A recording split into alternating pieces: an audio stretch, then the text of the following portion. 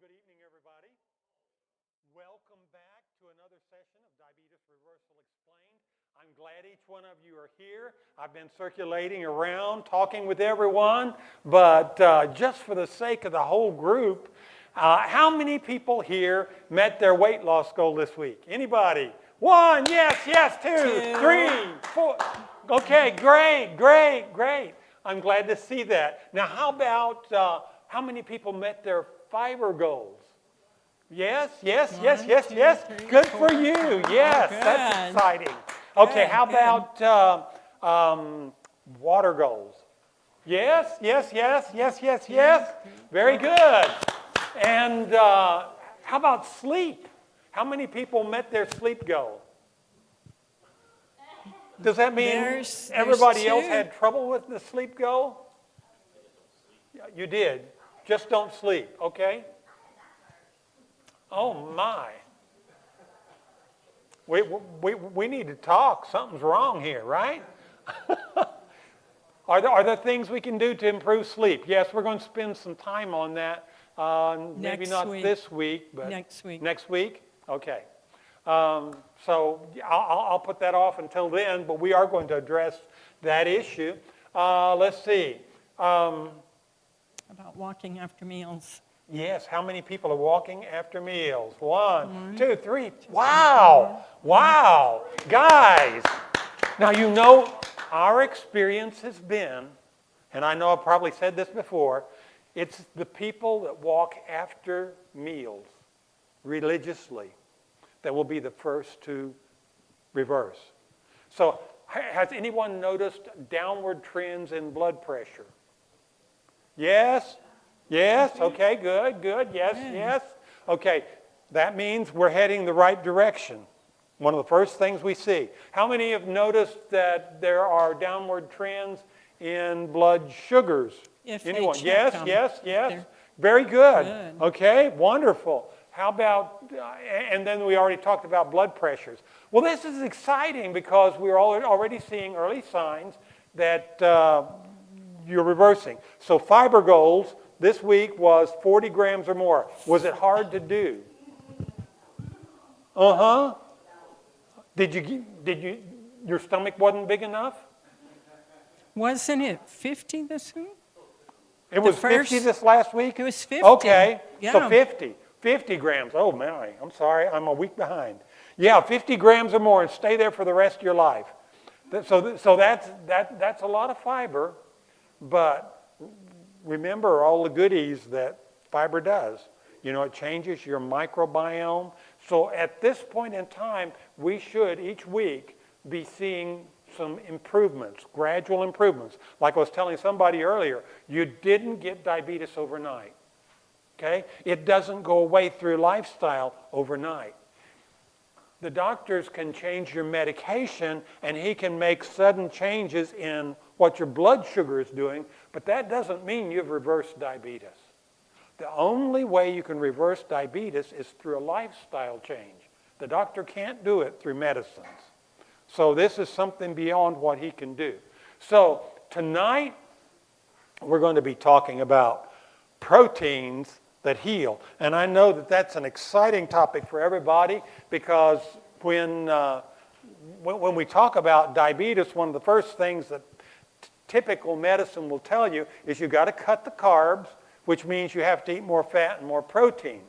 But there are some proteins that make diabetes worse, and there are some proteins that cause diabetes to heal.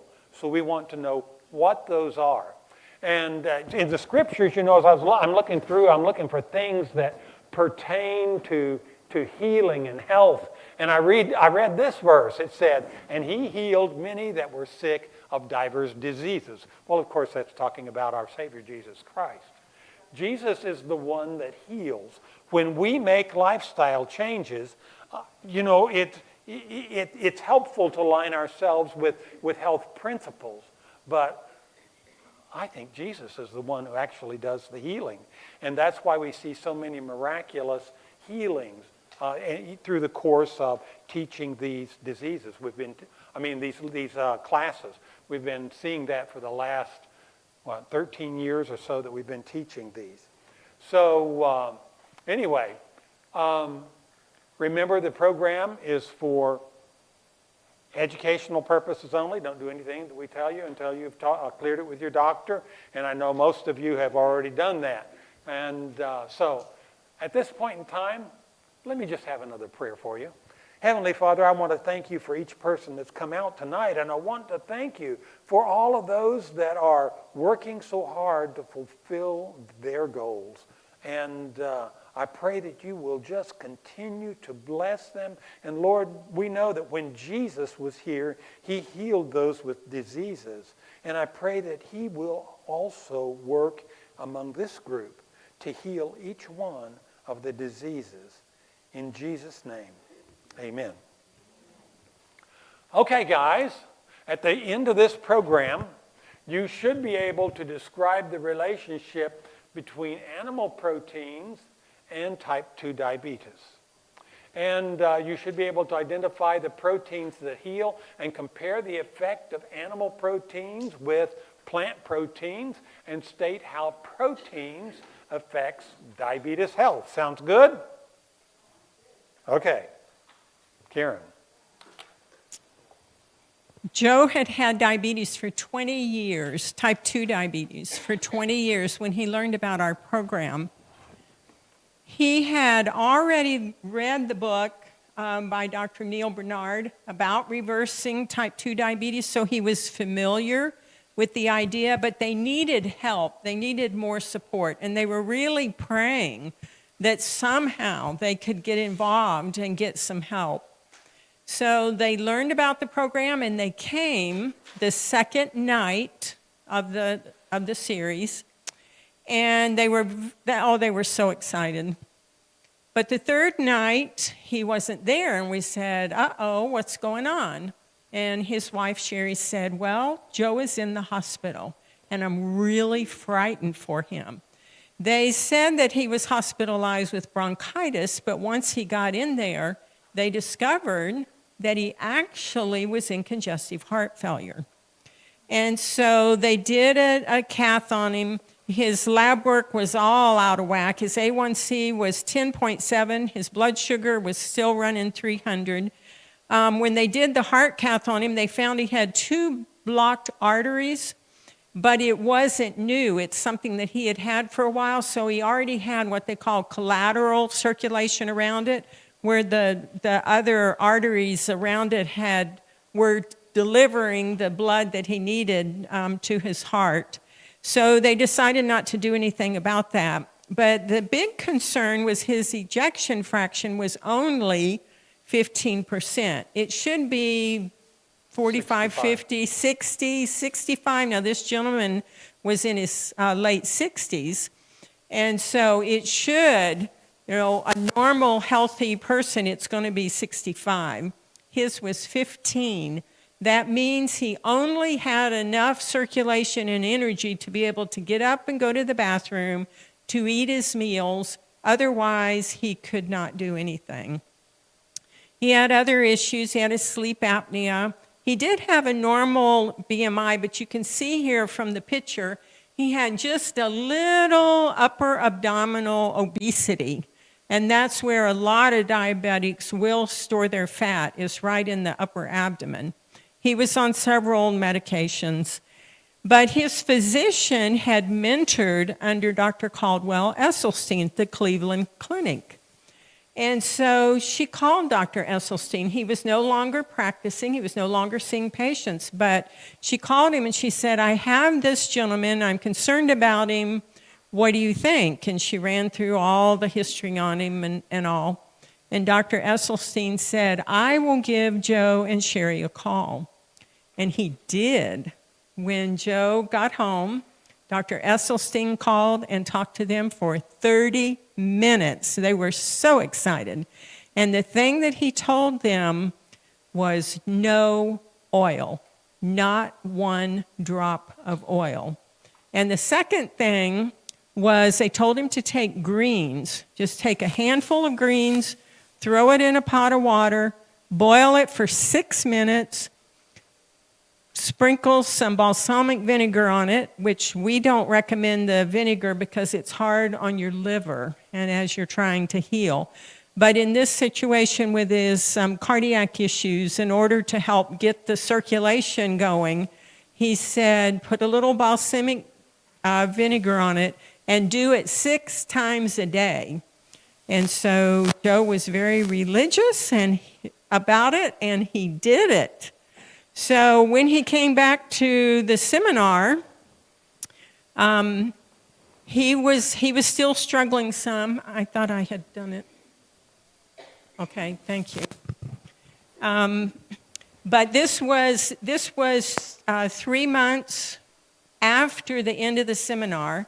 His A1C was down to 6.4. His blood sugar was 113.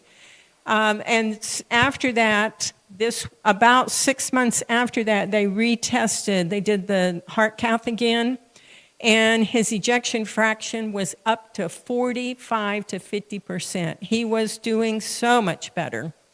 His sleep apnea was totally gone. He was 26 pounds lighter. He was off of the insulin and the Janumet. He was still on metformin, and he had done all of this without any exercise because he had been so ill. He also had a hernia, and they weren't able to operate with his health situation. About a year later, his wife called us, and she was so excited. He was the first gentleman in his family, in brothers, dad, uncles, anybody that had reached the age of 70. Joe has had I believe it was his 76th birthday this summer. He's doing great. And it's just so fun to talk with them. It's just amazing what the Lord will do. When you align yourself, the body will heal itself when it's given the right nutrients. So we are best at hiding things that are in plain sight. That was said by Goethe. And also, Dr. Joel Furman said, nothing is so hidden as the untold story of protein. So tonight we're going to tackle that. So there are a lot of protein questions, like what are good sources and how much should I eat? What about plant versus animal? What about the quality of it? Is plant protein as good as animal protein? What about doing supplements? What are the best sources of protein? And how does it impact diabetes? So we also are faced with cultural biases. After all, meat on the table represents prosperity, doesn't it? And if we're rich, we eat meat or ate meat. Do that for me, thank you.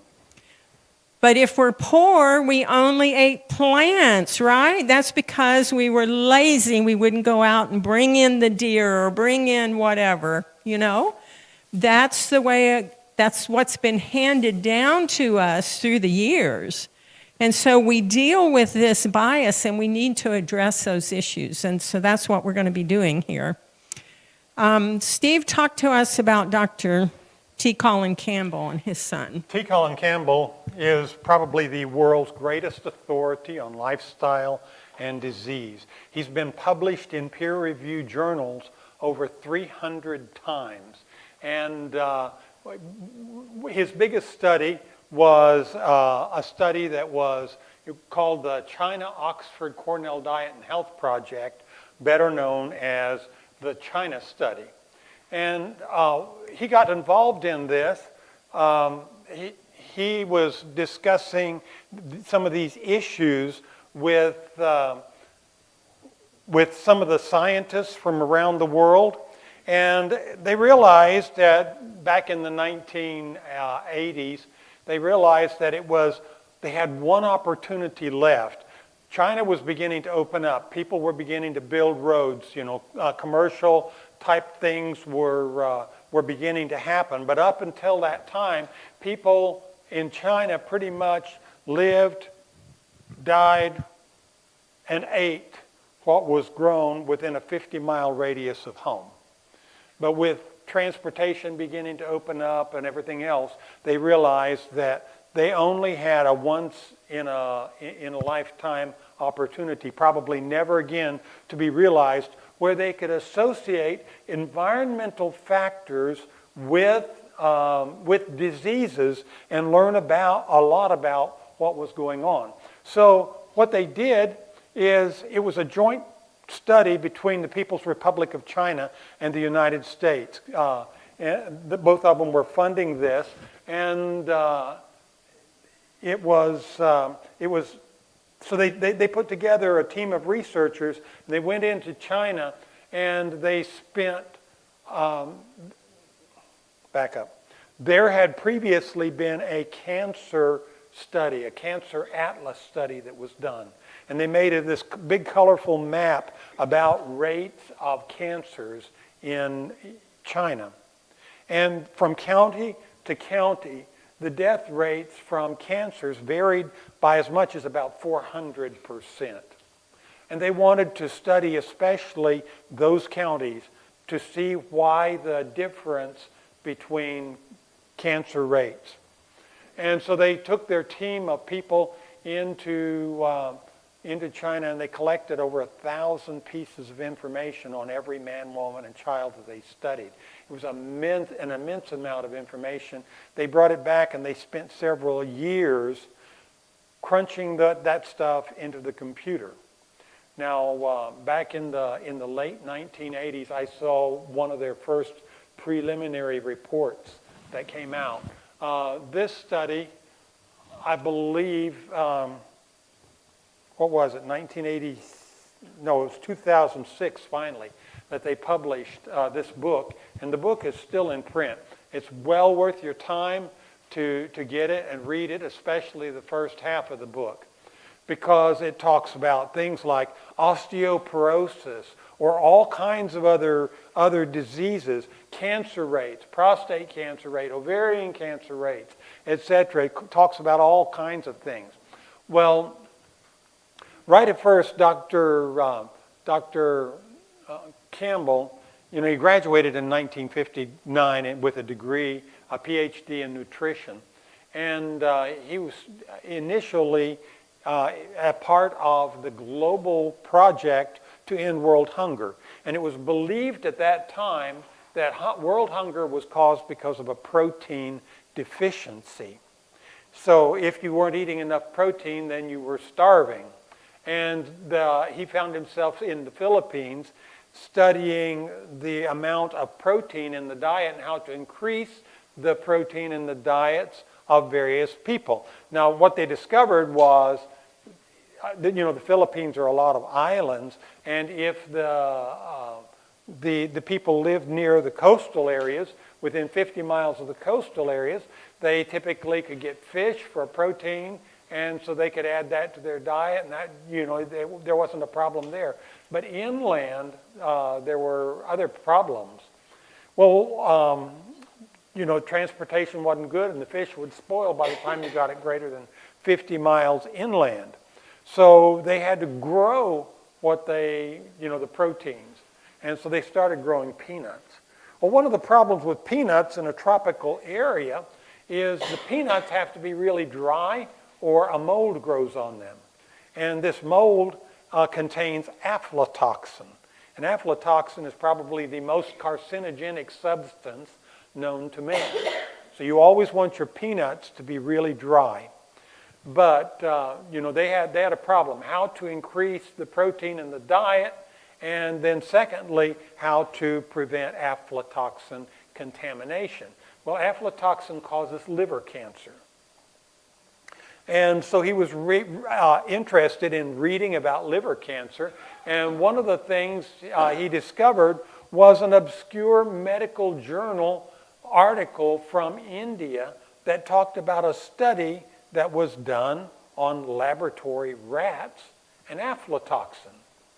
Now, it was widely believed at that time, we had studied the dietary constituents of every country, and they made the observation that the countries that were lower in protein content had the highest rates of liver cancer. And so they made the assumption that liver cancer was caused because of a protein deficiency. Well, when he got a hold of this study, what he discovered is they would inject these laboratory rats or mice, they would inject them with aflatoxin, but then they fed them a low-protein diet, a 5% protein diet, versus another group that they fed a 20% protein diet. And he was expecting that those rats that ate the 20% protein diet would have very low cancer rates, and those that had the very low protein diet would have the high cancer rates. And what he discovered was just the opposite. Well, that didn't make any sense to his scientific brain. And so his interest was really piqued. Well, it was about that time his mother-in-law, back in the United States, came down with cancer. And so they moved back from the Philippines, they moved back to the United States so his wife could take care of her mother in her final months of life. And he decided he would change the focus of his career, and he would start studying diet and cancer. Well, as he did, one of the first things that he did was he assigned his research assistants, the students that were working with him, he assigned them to repeat this study of what they had done he read about in the Philippines. And so they did just that. They fed the rats a low-protein diet and a 20% protein diet, and they injected them all with aflatoxin, and they got the same results. And then said, well, what if we change things up a little bit? What if we inject one group of rats with a high dose of aflatoxin, and we feed them a low-protein diet?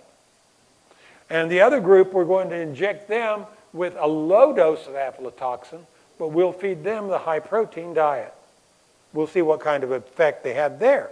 And when they did, again, those rats, even though they'd been injected with a high dose of aflatoxin, those that were fed a low-protein diet had almost no cancers. And those that had very little exposure to the aflatoxin, but 20% protein, they had the high cancer rates. They said, whoa, what's going on here? They repeated this over and over and over again, and always got the same result. And they said, well, what about other things? And at what concentration of protein do we see the cancers grow? Well, they got the food just as low as they could in protein. They could get it down to 4%. And so they injected these rats with aflatoxin and fed them a low-protein diet, 4% protein, almost no cancer. They fed them a 6%, no movement, still almost no cancer. They fed them an 8%, a little bit more, but not much. 10%. When they went to 12%, the cancer rates more than doubled. And they went to 14%, and it blew the top off. And 20% was even more. So they actually dubbed this the hockey stick effect, because the shape of the graph sort of looks like a hockey stick. And they said, well, we've been looking at liver cancer, but what about other cancers? And what about other proteins? Well, they tested all kinds of other proteins. They looked at proteins from eggs. They looked at proteins from beef. They looked at proteins from pork, all kinds of things. They looked at proteins from vegetables and various kinds of vegetables. And the more they tested, the more they began to develop a profile. And what they discovered over a period of time is that proteins could be classified as under two different categories. One being animal protein, and the other one being plant proteins. And they discovered that if you had animal proteins, as you increased the animal protein in the diet, you had a corresponding increase in the rate of diseases. Not just one disease, but several diseases were involved there. And of course, we know that we have to take our foods the way nature packages them. Animal proteins are almost always associated with higher levels of saturated fats. And they have no dietary fiber, and they're low in antioxidants and vitamins. On the flip side, plant proteins, they could increase plant proteins, and there was no associated rise in disease. And of course, plant proteins, again, we take them the way that nature produces them. They were low in poly and monounsaturated fats that we learned about last week, which are a better fat source for us. They are high in dietary fiber. And they were also high in antioxidants and vitamins. And so they had powerful inflammation fighting capacities. So that was very interesting to them. Well, as they continued to study, they began to learn that it wasn't just liver diseases, but cancers like ovarian cancer and colon cancer and prostate cancer all responded in exactly the same way. Cardiovascular disease, the same thing. Osteoporosis, and even diabetes. Hello? As the animal protein in the diet went up, so did the rate of diabetes. And hypertension, high blood pressure, same thing. And dementia, same thing. And so, in fact, they learned there were hundreds, even 1,000 associations with diabetes and lifestyle. Well, you know, in medical science today, we don't like to take the research of one individual and base our ideas on just that one individual. We like to have a whole bunch of people test various things, various ideas, and you look at it from all these different angles, and then it finally comes down to something, and you say, well, I think we have some science here. You know, I think this is the truth. So science is always in flux. You know, there's opposing ideas always being presented and being tested and counter-tested. Well, are there other studies that show similar results? And the truth is there are hundreds of them. And so I started writing out this lecture, and as I did, I included a whole bunch of those things. And finally I said, you know, it's just too much. It's just too much information. I've just got to give a few studies that will be representative of the whole bunch. So when we look at studies, the most authoritative studies will be those studies that involve a lot of people. Okay?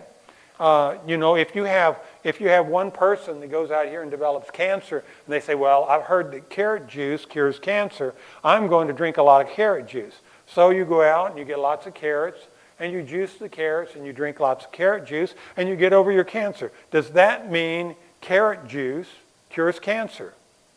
No. What it means is you got cancer, you drank carrot juice, and you got over your cancer. Whatever cured your cancer, we're not really for sure, but it appears that there could have been a connection there. And that's all we really know from one individual. But if you take 5,000 individuals who have cancer, and all those 5,000 individuals you put on carrot juice, and 60% of them get over the cancers, then can you say carrot juice cures cancer? Well, you can say it appears there's a very strong connection. The scientists would say more study is needed, but they would be conservative in their response, but they would say it appears that there's a connection here, and they would look for pathophysiologically. They would look for some kind of connection. How does it work? We want to know how carrot juice cures cancer. So anyway, so what we like to see is these big studies. Well, one of the biggest studies out there was done by Harvard T.H. Chan School of Public Health. And it involved 400,000 people, 442,000 people. Now that is a huge, humongous study. So if you see results coming out of a study that big that are pretty strong, you know you've got something. Well, as they were studying these people, 28,000 of these people over a period of time developed type 2 diabetes. And they discovered that if they increased in the diet the amount of red meat by 100 gram serving a day, 100 gram serving, that's about the size of a deck of cards. So if they increased that much red meat in the diet, it increased their chance of getting diabetes by 19%. And if you increased in the diet half of that amount of processed meats, there was a corresponding 51% increase in the risk of diabetes. Guys, that's huge. So the processed meats, really what that means to me is anybody that's serious about reversing their diabetes will leave the hot dogs and the bologna and other types of processed meats. You'll leave those alone. You'll go with the whole cuts, or you'll go with vegetable substitutions. In fact, they found out when you substitute 1 serving of red meat a day for 1 serving of nuts, it decreased the risk of diabetes by 21%. We're talking just 1 serving a day. Switching out 1 serving of meat for 1 serving of nuts. If you did low-fat dairy, the low-fat dairy as opposed to the red meat, 17% reduction. That's huge. So, you can see just some little things. If they substituted a whole grain instead of the red meats, they decreased the risk of diabetes by 23%. So there's some lifestyle changes that we can make right here that would be pretty significant. Another big study was called the EPIC study. It's a European perspective study into cancer, and it involves 38,000 people. It is currently an ongoing study, so if you see additional results that refer to the EPIC study, there will be a lot more information that comes out of this study. But one of the things that they have already discovered is that if you increased your calorie intake from animal protein by just 5%, there is a 30% increased risk in type 2 diabetes. So even just eating a very small amount more of red meat, of any animal protein food is related to a 30% increase in the risk of type 2 diabetes. 5% energy from animal, if you substitute that with a vegetable protein, it reduced the risk of type 2 diabetes 23%. 5% increase in in meat intake was also associated with a 34% increased likelihood in developing type 2 diabetes. So as we in America have gone about our standard American lifestyle, you look at the consumption over time, we have been eating more and more of the animal-based foods. The meat content of our diet is greater, and the amount of vegetables and fruits that we eat is less. So that's huge. So the average American consumes 100 grams of animal protein a day, and that's about the size of excuse me, I'm not reading that right. Let me refer to my notes here.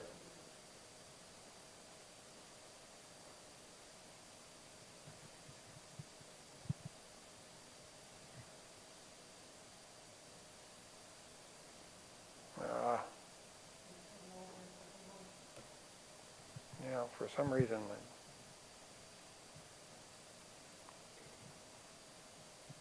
Okay. anyway, small changes in the amount of animal protein bring about big differences in your risk. Okay. Yeah, in studying an older population in Greece, scientists determined that a 5% increase in animal protein intake was associated with a 34% increase in the likelihood of type 2 diabetes. So the average American consumes about 100 grams of animal protein every day. To restate those findings another way, it only takes an increase in animal protein equivalent to about 1/4 of a hamburger to raise your risk of diabetes by 34%. So that's what that slide was supposed to be telling me. Sorry, I was rusty on that one. Adventist health study. Now, the Adventist population, we have an orientation in the Adventist church toward healthful living. We believe our bodies are the temple of the Holy Ghost, and therefore, the more healthfully we can live, the better off we're going to be. And it's like our duty to live as healthfully as possible. So within the Adventist family then, you're going to have people that eat just like everybody else in America.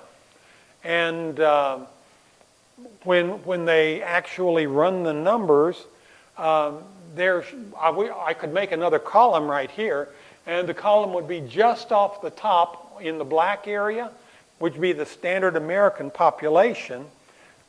Even those Adventists that eat like everybody else live a more healthful lifestyle than the general population, and the risk it's related to. It's reflected in the rate of diabetes is actually lower. Then you have people that are semi-vegetarians, and those semi-vegetarians will eat meat twice a week, basically. And so they had an even lower risk of diabetes. Then there's pesco vegetarians, and those are people that they don't eat red meats or white meats, but they do eat fish. And there's lacto-ovos, they do milk and eggs, and the last category are the people that just eat plant-based, sourced foods. And so within the Adventist family, you see all that. But as the protein content, the animal protein content of the diet goes down, so does the risk of diabetes. So there's a lot that in health we can learn from that study. So a few years ago, R.M. Fleming did a study. And in his study, he studied two diets and compared them. One was a whole food plant-based diet, which is just eliminating all of the animal proteins from the diet. And he compared that with a low-carb, high-protein diet, something like an Atkins diet or a South Beach diet or a paleo diet. I'm sure that you've heard of some of those. And what he discovered, they directly measured blood flow using SPECT scans. And they were looking at blood flow through the capillary beds. And what they discovered is when a person was put on a whole food plant-based diet, it actually increased the blood flow through the coronary artery, through the arterial beds, through the capillary beds. It increased that by 40%. That's tremendous. But when they ate the low-carb, high-protein diet, it decreased the flow of blood by 40%. Now, the significance of that is, early on in the program, we told you, I think, that in the diabetic population, people with diabetes, 80% of them will develop cardiovascular disease. 68% of people with diabetes will die of a cardiovascular event. And what happens if you decrease the blood flow through the capillary beds by 40%? You increase your risk of dying significantly. So I think I would be remiss to stand up here and tell you to do a low-carb, high-protein diet. I beg people, please don't do it. Please don't do it. Because you actually make insulin resistance worse by doing that. And it also changes your microbiome, which further causes insulin resistance to be worse. Whereas the whole food plant-based option is a much better. The closer you can get to the whole food plant-based, the better off you're going to be. So it's all a continuum here. And it just depends on how serious you're going to be about reversing your diabetes is where you're going to find yourself. Some people say, well, I just can't make that big change. I understand that. Lifestyle changes are difficult. And, your given situation, it's going to be whatever you deem it's going to be. But I'm just trying to show you the untold story of protein. On this particular study, what they did was they interviewed the participants every 4 years, and they gave them an extensive questionnaire. And then they equated that to what they had done the previous 4 years. And so if they found out that if they increased the meat in their diet by half a serving or more, it corresponded to a 48% increase in the risk of diabetes.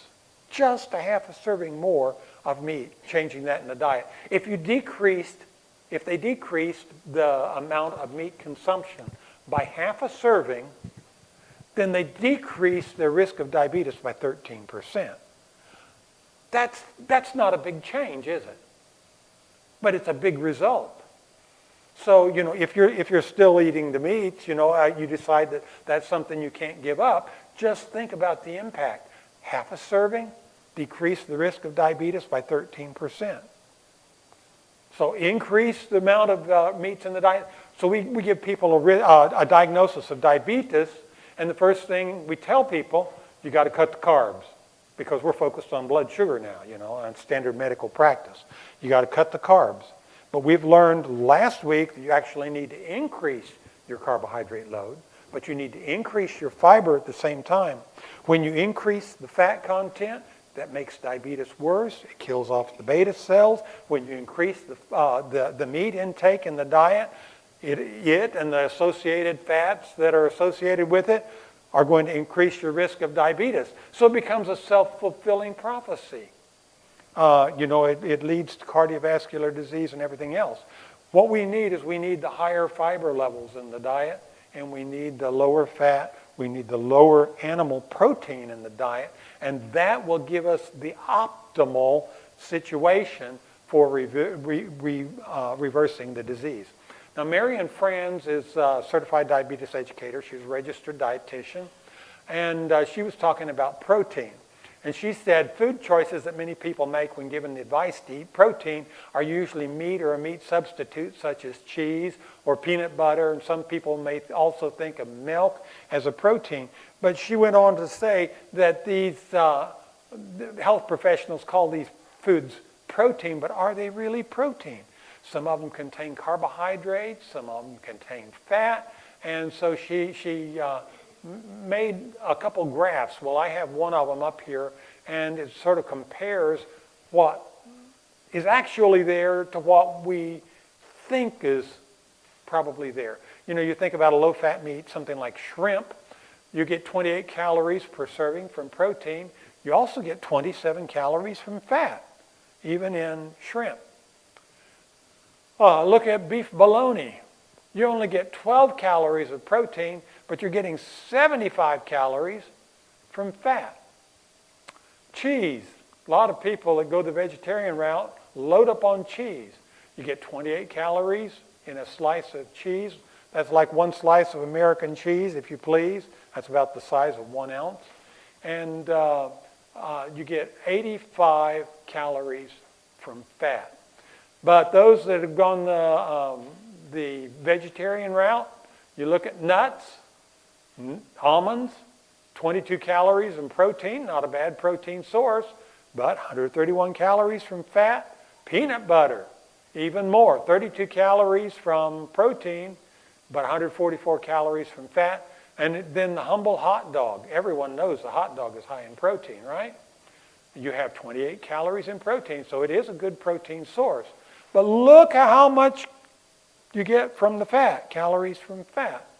So it's not necessarily just what we think. Now, in the U.S. government, we have an advisory council that meets once every 5 years, a scientific advisory council, and they review all of the literature that has been produced over the previous 5 years, and they make recommendations to the U.S. government that govern the policies of how we do things. And in any government-run institution, like schools, hospitals, the military, etc., they are bound to abide by these guidelines that are set forth every 5 years. Well, the problem has been historically that the advisory committee was made up of individuals from the lobbying groups.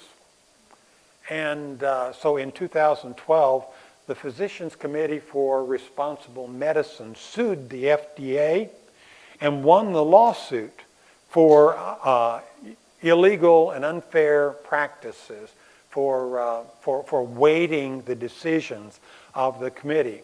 So they restructured the board, and then when the board met in 2015, they made the statement that scientific advances provide a wealth of new evidence to identify several key dietary priorities for cardiometabolic health. Now, cardio means heart, metabolic means metabolism or diabetes, and these include food-based priorities for more fruits, non-starchy vegetables, nuts, legumes, fish, vegetable-oiled yogurt and whole grains, and fewer processed meats and foods higher in refined carbohydrates and salts. Their report went on to say red meats should be minimized to prevent diabetes mellitus. We're talking about type 2 diabetes. Butter used occasionally but not emphasized, and other foods like unprocessed poultry and eggs consumed in moderation. Then they went on to say harmful additives, in particular sodium. What's another word for sodium? Salt. Okay, very good. Trans fats. This is a harmful additive. Trans fats. Added sugar will generally be lower in such diets and must be further minimized through strong policy actions. Whoa! Now that was a powerful statement. And that turned everything pretty much on its ear. Now, that doesn't mean everybody has been doing this, but in 2020, they reviewed all the scientific literature again, and they said our 2015 statement still reflects current science. So the 2020 statement is the most recent one that's out. Now, there will be another release that happens this year, but from reading the scientific studies that I have seen, it will still be consistent with what you're hearing here in this program. So this goes right along with what the U.S. government is saying we should do for cardiometabolic health. So basically, the take-home message of this whole lecture on proteins that heal, we need to eat less than 10% of our calories from animal proteins. 10% of the calories from animal protein. And that means the average American is eating twice too much animal protein, because the average American eats just over 20% of their calories from animal protein. So next time you go through the drive and you get a Big Mac, cut it in half and save half for a later meal. Okay, you can go home and you can add a piece of fruit or something else to that, have you a big salad or whatever else, but cut your animal protein in half. Next time you go to the grocery store and you grab a yogurt, you eat half of it, put the lid back on it, and you eat that for a later meal. Okay, but cut your animal protein in half. And then get more of your proteins from plants, fruits, whole grains, nuts, and seeds. All plants contain protein. There is protein in celery. Do you know that calorie-wise, broccoli has more protein per calorie than steak does? And there's a lot of other vegetables that are similar to that. They have, they're really high in protein. The nuts and the legumes especially would fall into that category. So proteins that heal are vegetable proteins. Those are your healing proteins. Now, a lot of people worry about the whole food plant-based diet. They say, well, you got to get your protein from somewhere. Well, yes, you do. But eat a wide variety of plant-based sources, and you don't even have to worry about the quality of the protein. You will get all the essential amino acids that you need because it's there. Some growing athletes gain their competitive advantage. You'll find a lot of your Olympic athletes are plant-based because it gives them a distinct advantage over the carnivore type diet. The Tennessee Titans, when they won the Super Bowl, Tennessee Titans won it because a great number of them went whole food plant-based. They got there. Well, when they got there. Okay. 1 yard from the touchdown. Okay, I stand corrected. I stand corrected. Okay, but that's how they gained their competitive advantage to get to that point. So what about the protein?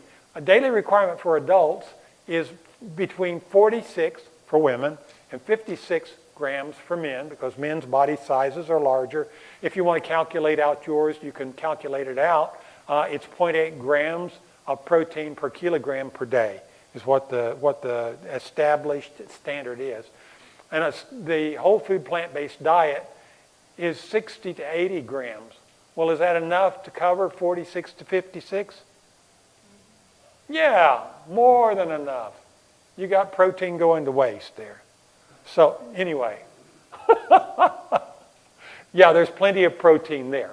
There are other advantages for the whole food plant-based diet because it happens to be a diet that is higher in nutrient consumption. And the more nutrients you can pack into your diet, the more healing happens. One of the things that causes diabetes is inflammation. And when you eat a whole food plant-based diet, things like, for instance, the green leafy vegetables or the berries or the green vegetables, the colorful vegetables, those categories are some of the highest, most healing foods. And so they also are the most healing, and they're anti-inflammatory. So they help cool the disease process that's going on in your body.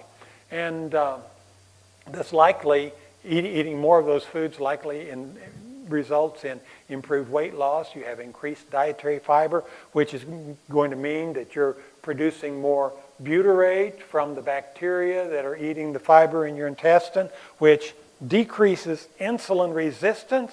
It's just a win-win situation there. Having the lower levels of animal protein also is going to help with your diabetes rate. You also have the absence of heme protein. I haven't talked much about that in the diet, but that will also help the risk of diabetes. You have reduced serum lipid profile, which means your cholesterol is going to be improved as well. You will have a lowered blood pressure, and you will have a lowered A1C. What are the downsides of this? Some of the downsides may be the possibility of being B12 deficient. Now, it appears that there's a theoretical difference here. But when you look at people that eat a whole food plant-based diet and those that eat the standard American diet, the rate of B12 deficiency is statistically the same in both groups. But if it is a concern with you, try a B12 supplement. It doesn't take much B12 to keep a person. Your body reclaims most of your B12, and if a person is eating whole food plant-based type diet, their microbiome typically changes, and the microbiome begins producing B12 for you. So that's another thought process there. Some people, they say, may not develop those strains of bacteria. If it's a concern for you, do a supplement. And or occasionally eat some dairy or eggs or something like that, something that'll have a little B12 in it. It's no big deal. The disadvantage is a lot of us simply don't know how to cook that way. I mean, for years what we've done is we go out and when we start a meal, well, what meat am I going to do today? Well, we're going to do steak. Okay, what do we want to go with the steak? Well, it'll be broccoli, it'll be a baked potato, it'll be, and you put together your meal. Well, basically follow the same thing. Search out your entree, go to the computer and say, whole food plant-based entree, because, whole food plant-based is sort of a buzzword. It defines the type eating style that will reverse diabetes. So if you start with the whole food plant-based entree, there are gazillions of those recipes online. And you can see how they rate them, 5, 4, 3, 2, 1, whatever. And so you can make a good choice. And you need 10 good entrees your family can do. So in your book, I think it's page 17, you'll see this chart. Karen, come talk to us. It's page 18. Okay. And it is printed this way, so if you open your book out, you actually have two charts you can see across the page there. This one was developed, the most nutritious food is up at the top. What is your very top list up there? Green leafies. Now, does green leafy just mean greens? Is broccoli a leafy? No. Broccoli. Okay, but broccoli is in that list. Cabbage is in that list. All right, so the most nutritious is at the top, and as you go down the list, it gets lower and lower and lower in nutrition. What do you have way at the bottom? Diet drinks, and right above that, processed meats. Okay, Steve mentioned that earlier. Now, if you look across the page to the graph, the very top one, your green leafy vegetables, what you have here is this is based on Dr. Joel Fuhrman's aggregate nutrient density index, an ANDI score. And so what you have is this is 0 and you go out to 1,000. So what do you have there at the top? Green leafy vegetables. Well, if you look back on the other side, the very first one in the list has the highest score. The very first one, which is what? No, what's the very first thing listed under green leafy? Kale. Okay, kale has an ANDI score of 1,000. It is really nutritious. That's why I think you got a little bit of kale here one night in a salad. But that's why. And so within each of these categories, it's the highest number to the lowest. Now, what's the lowest nutrient count, or what's the food in the green leafies? Iceberg lettuce, okay? You've heard people say, don't eat iceberg lettuce, doesn't have any nutrition in it. Well, look across the page, see where iceberg lettuce is. It's going to be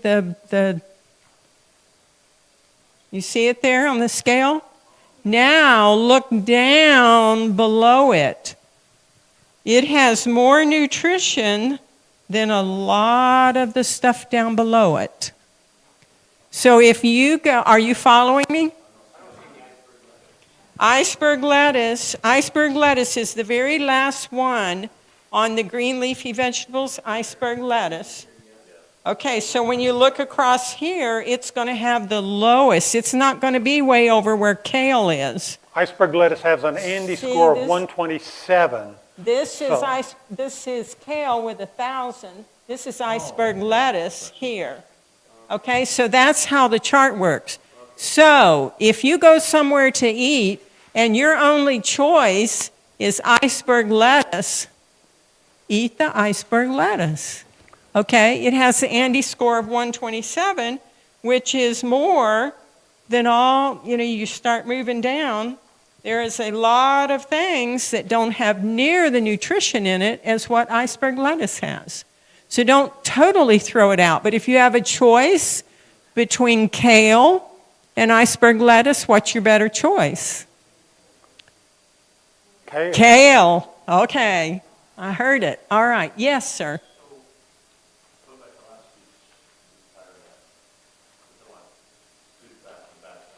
Yes.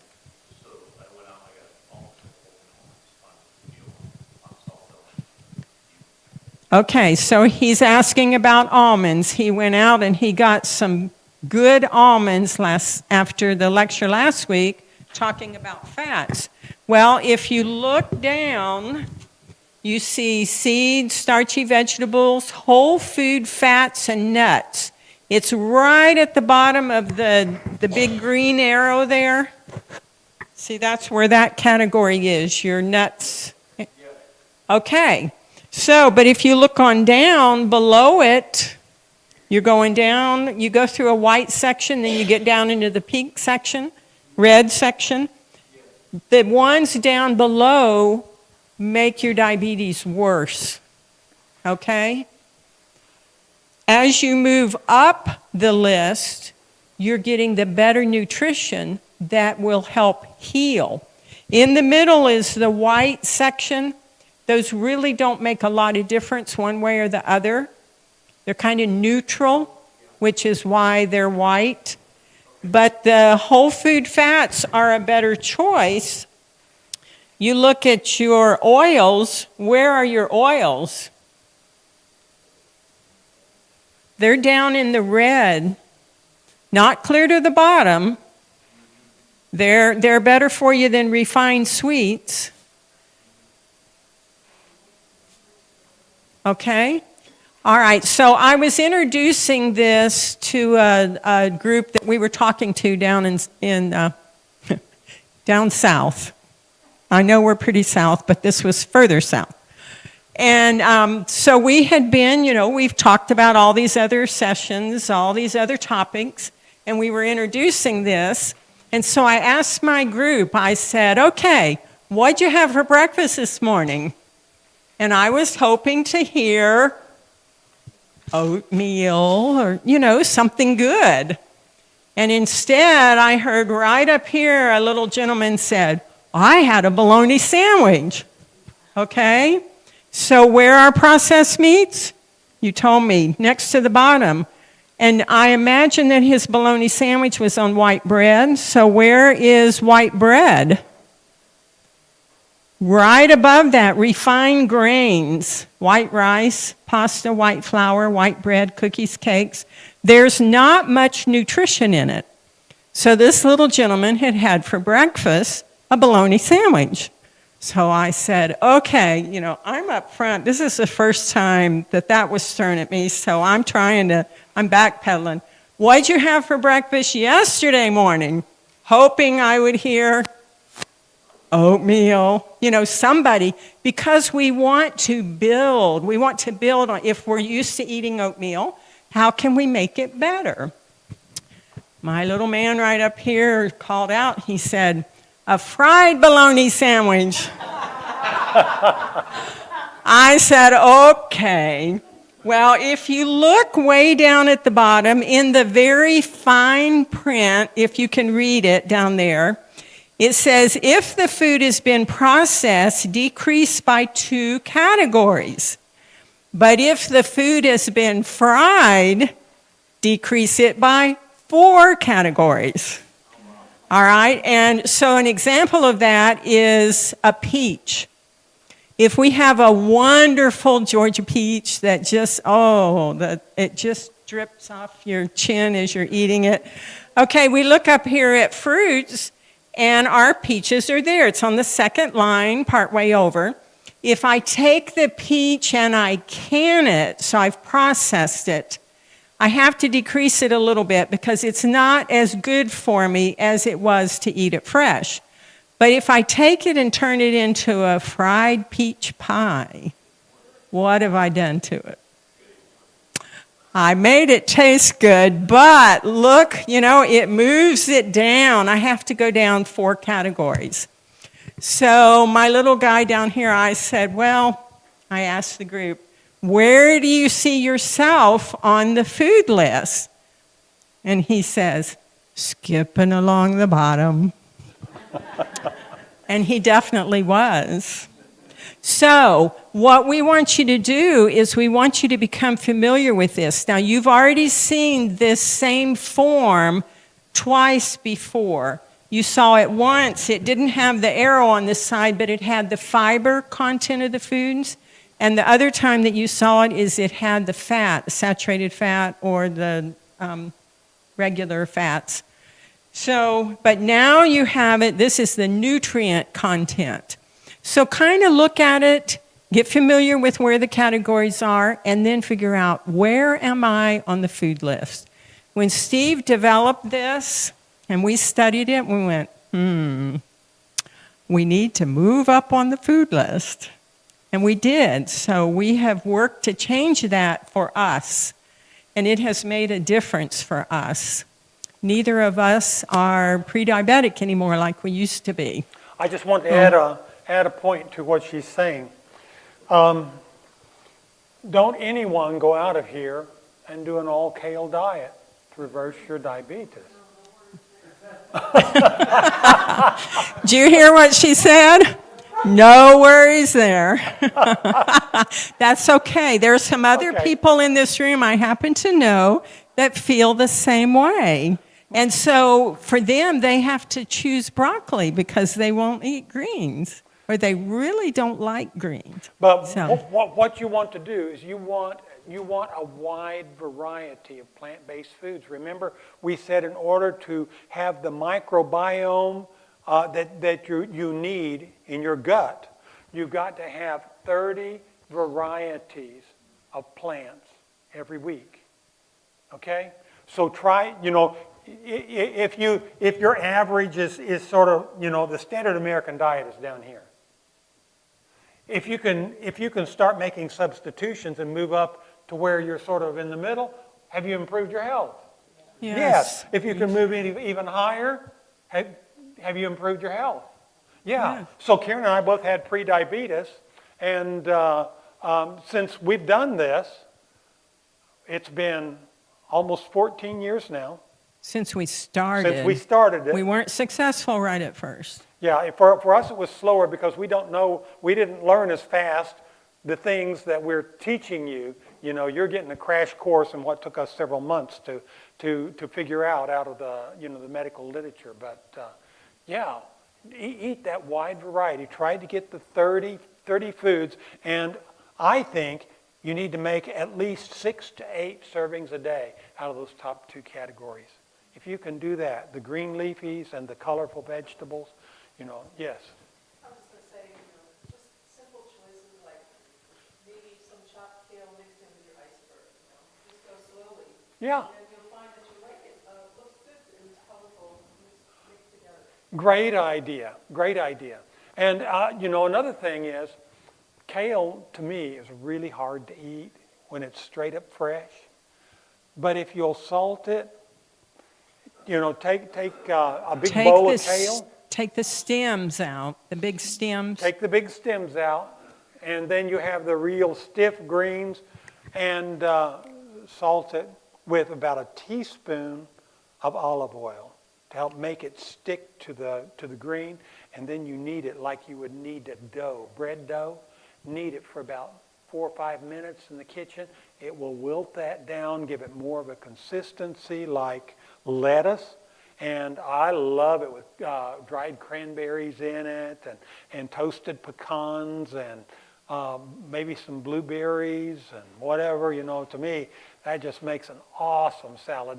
Some diced little scallions, green onions, wonderful stuff. Anyway, you'll learn good recipes like that. One thing I do is I put kale in my smoothie. Yeah, absolutely. That's a great thing to do. Don't overdo it because right at first it has a strong enough flavor that if you overdo it, you'll say, oh, that's not palatable. Start light and then you increase it to tolerance, okay? You can always add a little pineapple or something like that to make it easier to go down. Talking about kale salad, there are 2 recipes for kale salad on page 40. So if you're looking for a new recipe to try, you might want to try one of those. But we really do love it with the toasted pecans. It really makes a difference. And the dried cranberries makes it really good too. So, okay. Exercise coming up. Oh, yes, guys. No, we have to do it. We have to do a drawing first. There's Debbie. Yes, let's do the drawing first, and then we're going to do some exercise. Okay, there's one more slide. People who ate the most animal-based, can you click it?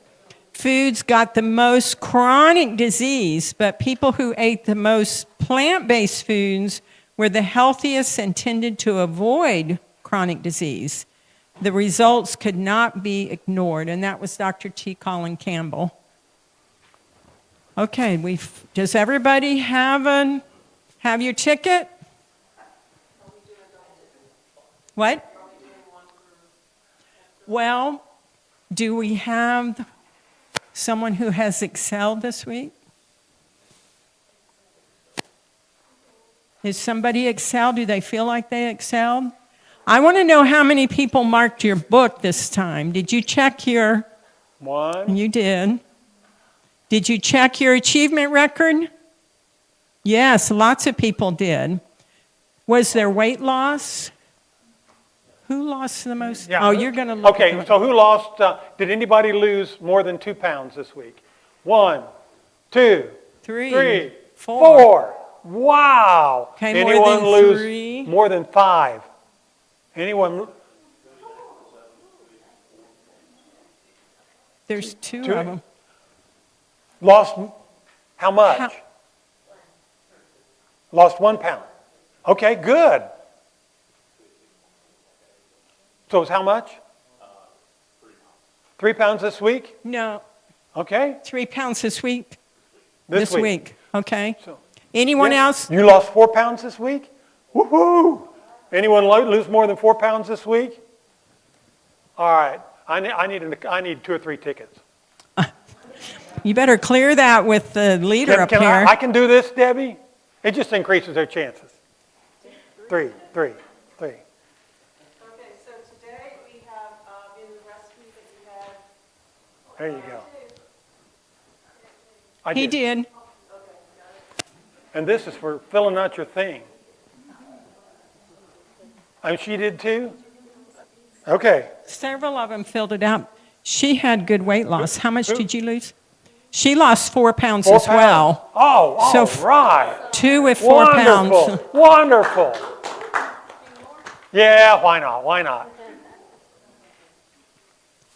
Thank you, thank you. Okay, now let's see.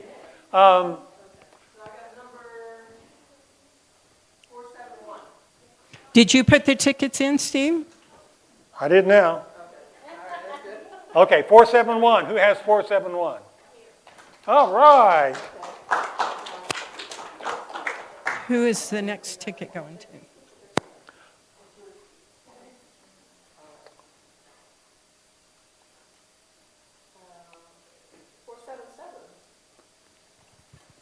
All right. Yay.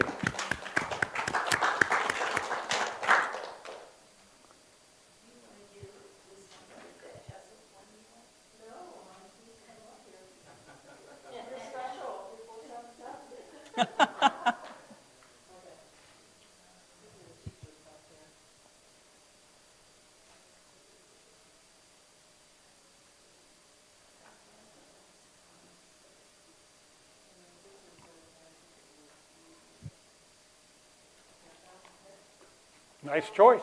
484. Oh, yes.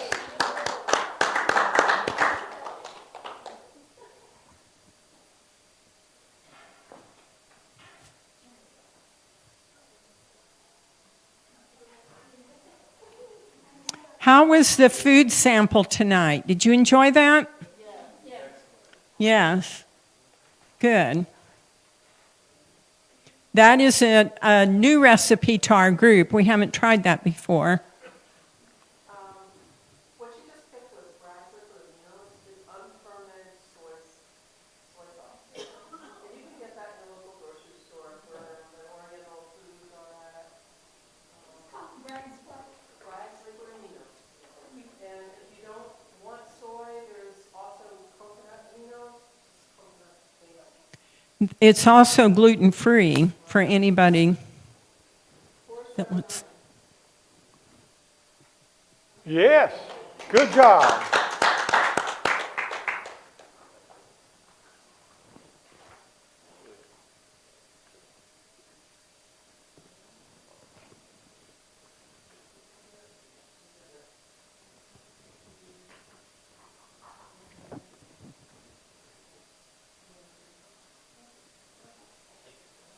Good choice. Good choice.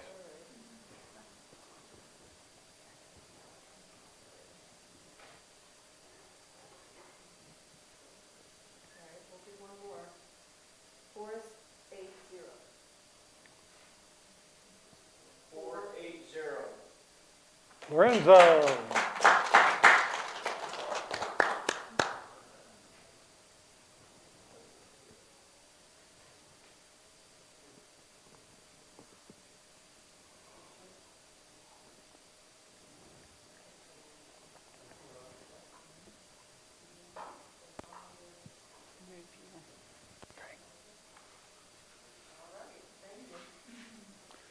All right. Thank you.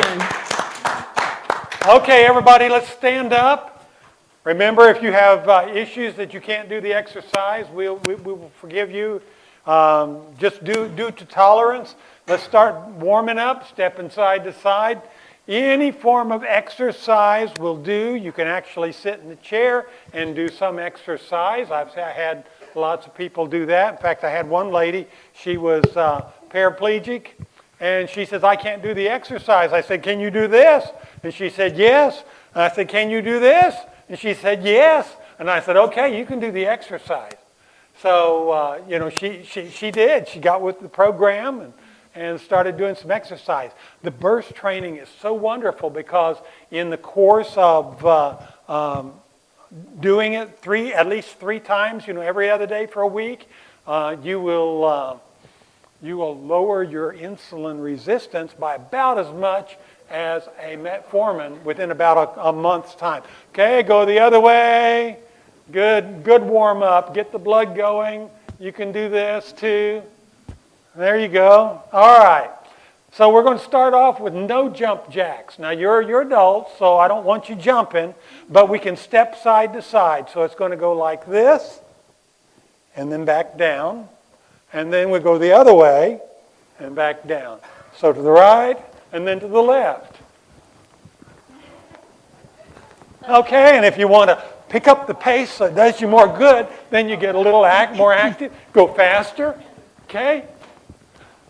Yes, it's looking good. Some of people are really into that one. Yes. We're gonna go to 30 seconds.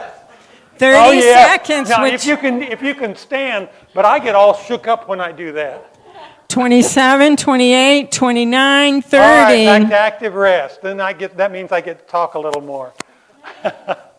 So any form of exercise will do. Some people, they love swimming in a pool. Well, that's great, if you have a pool, but not everybody has a pool. And so some people are like me. You don't like to do worthless exercise. Well, in actuality, there's not such a thing as worthless exercise. But he thinks walking I like is to worthless. be doing something, and so hoeing in the garden is my favorite form of burst exercise. Okay, you about ready to go again, Karen? If you've caught your breath and you're ready to I think I have. Let's take the elbow, and we're going to cross over to the opposite knee. Here we go. 1, 2. Yes, look at that. And if you want to if you want to increase the intensity, then you go a little bit higher and you go a little bit faster. This is a burst. Yeah, just do what you can do, okay? It's okay, you know. We've been working on getting diabetes for a long 27, time. 28, 29, And 30. Okay, back to active rest. Is your heart pumping? Yeah, good. That's what it's supposed to be doing. All right. A good group. All right, hoeing in the garden. Yes. So I can slaughter some weeds in 30 seconds. I can really lay them down, but then I'm leaning against that hoe. Anyway. So, what's your favorite kind of exercise? Walking. What? Walking. All right. It's a very good form of exercise. It uses the big glutes. It uses the abdominal muscles even. You know, you're using the biggest muscles in the body. That's going to do you the best good. Okay, we're going to take our hand now, and we're going to go down toward the opposite toe. And then we'll take the other hand, go down to the opposite toe. So here we go. 1, 2, 3. Don't fall over. 5, 6, 7, 8. Come back up. Down. Down. Do I need to stop at fine. 20 seconds on No. this one? No. No? Okay. No. We've been working on this for a while. Uh-huh. You'll be sore tomorrow. 27, 28, 29, 30 All right. seconds. Stop. Back to active rest. They're all still alive. Are you breathing? Huffing and puffing. Yes, this is good. So you do your active rest until you can catch your breath. And what happens in the cell, you remember in the cell, there's little furnaces. We call them mitochondria. But that's where your energy, your sugars, are converted to ATP, which is the energy currency of the body. And anyway, you also store extra energy in a cupboard. So when you do this burst of activity, you're trying to burn up what's currently in the cell, and then the body, while you're resting for that minute or so, the body reaches into the cupboard, pulls out some extra energy, throws it into the furnace. Then you do the next burst and you burn that up, and you deplete the store in the cell. And if you don't eat for about 2 hours after you do burst exercise, you'll never rebuild back to the same level. Your body will, your body has a metabolic memory. It likes to build back, but it won't build back all the way. Okay. Do your next. So now we're going to do some squats. Here we go. 1, 2, 3. And if you want to really up the intensity, you go lower. Watch out for the knees. If you have bad knees, you may not want to go so low. And then you can go faster.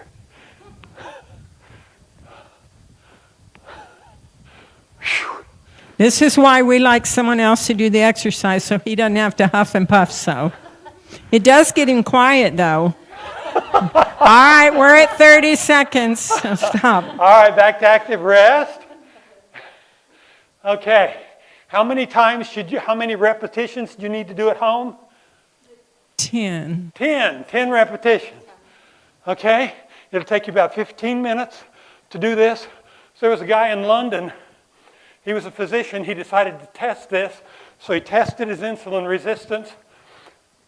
And he did his burst training every other day, 3 times a week for 4 weeks. Then he retested his insulin resistance.